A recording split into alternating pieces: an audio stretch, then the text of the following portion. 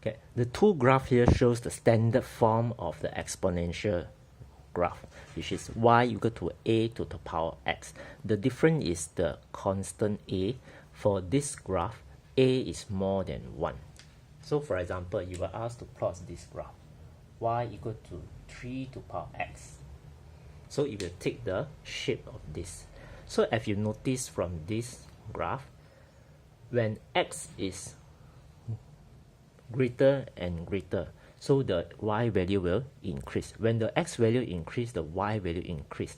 When the x value decrease, the y value will be decreased as well. So this is what we call an increasing function. Increasing function. So means when x increase, y increase as well. Okay, and if you notice this graph, right, is they have a y-intercept, which is 1. So if you recall what we discussed previously, so how can you find y-intercept? So basically we make x equal to 0. So 3 to the power 0 give you 1. That's why the curve will cut y-axis at 1. Okay, so to find the x-intercept, so we will equate y equal to 0. But if you notice 3 to the power x equal to 0 is impossible, because 3 to the power x is always greater than 0, always positive. That's why there's no solution when y equal to 0. That's why there is no x-intercept. Okay, if you notice, when the x become more negative, means becomes smaller and smaller, the y value tends to a very close number to 0, but it do not cross x-axis. So this line in this case is x-axis, whereby the curve does not touch and cross over. Is what we call a asymptote. Right, this line is actually what we call asymptote. Right, it's a line whereby the curve do not touch or cross over. Okay, so in this case, the asymptote for this equation will be y equal to 0, because x-axis actually means the equation for x-axis is actually y equal to 0. Okay, so on the other hand, if your number a is between 0 and 1, so for example, y equal to 1/3 to the power x. So if you notice, this one actually we can rewrite as 3 to the power of negative x, right? So if this is the case, so the whole thing will be reversed. So meaning when your x increase, the y will decrease. So when x increase, the y will decrease. Right? When x is become more negative, the y is actually increasing. Okay? So this is what we call a decreasing function.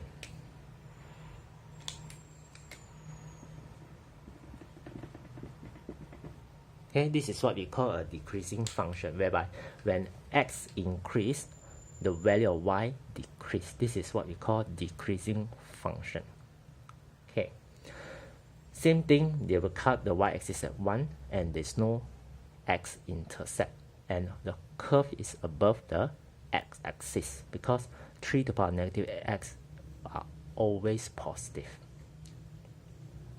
So if you look at these two graphs, we plot it together. So one interesting thing that you can observe is actually these two graphs, right, are actually reflection of each other along the y-axis. So this portion reflect become this portion.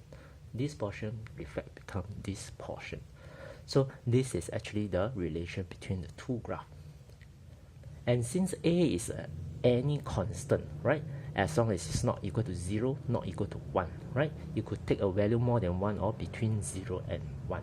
So for example, if you were asked to plot sketch y equal to e to the power x, so e is actually a constant which is equal to 2.718 something. That's why the curve for y equal to e to the power x is similar with this. And please take note that regardless of sketching or plotting the graph, do indicate as much information as possible. And those, for example, those written in the red color, horizontal axis in this case is the x-axis, vertical axis, which is y-axis, the origin 0, and the y-intercept,